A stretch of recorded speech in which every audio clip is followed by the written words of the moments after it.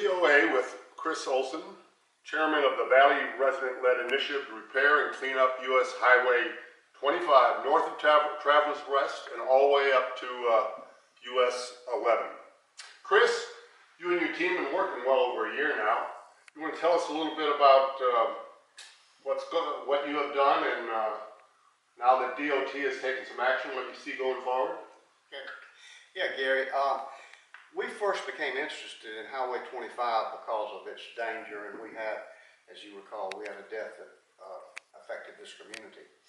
And so we got some statistics from one of our members, Peter Strew, who's a highway engineer, and we found out that the stretch in North Carolina, which is same road, same traffic, has 1/10, 10% of the fatalities that the stretch in South Carolina has for the same number of miles. That's a pretty drastic statistic. And the road is actually three different types of roads. South of 11, it is an antiquated road that's not built to today's standards. Too many crossovers, no paved shoulders, no rumble strips. North of 11 is much wider, paved shoulders, rumble strips. In North Carolina, it's limited access. And so it's three different types of roads. So what we were concentrating on is south of 11, where it is so dangerous, and the road was in such bad shape from a pavement standpoint. And the first thing we did after we compiled some statistics numbers, we met with the entire DOT board. Woody Willard, who was chairman of the board at that time, helped us with that. And he's been helping us ever since. They had some budget constraints, as you're aware of. But now they have it in 3 phases scheduled to be repaved from 11, actually all the way to the other side of Travelers Rest. We hope when they do that it will have paved shoulders and rumble strips, and that they will cut down on the number of crossovers, especially crossovers that do not have deceleration lanes. That's an accident waiting to happen. We've been told by Woody Willard that it was being engineered to totally redo it and would be done, or at least let out for bids this year. And it looks like they're ahead of schedule that they're going to actually do the work. So hopefully that's what they're doing. And we're very optimistic about it. Right now we see a lot of patching and cutting going on. Yeah. Do you know what's going to take place and how this thing will progress? I think you have a map that you can tell us about. Yeah. There are actually 3 phases here. There's a phase, the third project is from Highway 11 down to Cool Springs Church. The second one is from Cool Springs Church to Tigerville Road, which is the road right next to the Sphinx Station and TR. And the third section is on the other side of TR.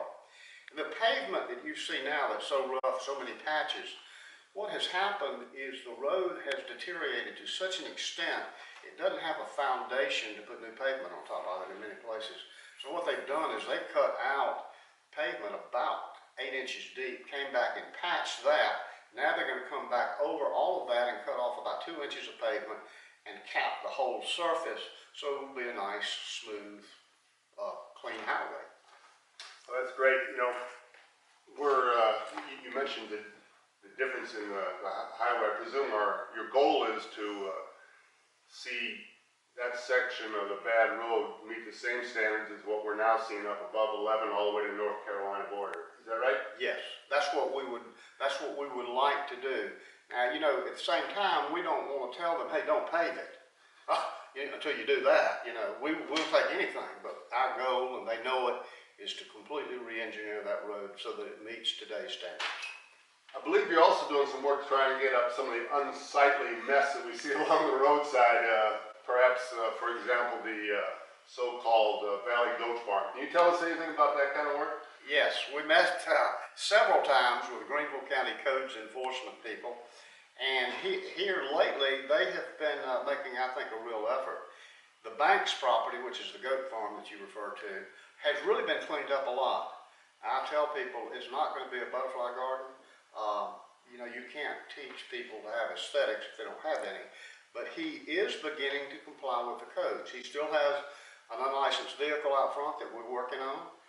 And there's some other unlicensed vehicles on that stretch of road that we're working on, some sign issues that we're working on.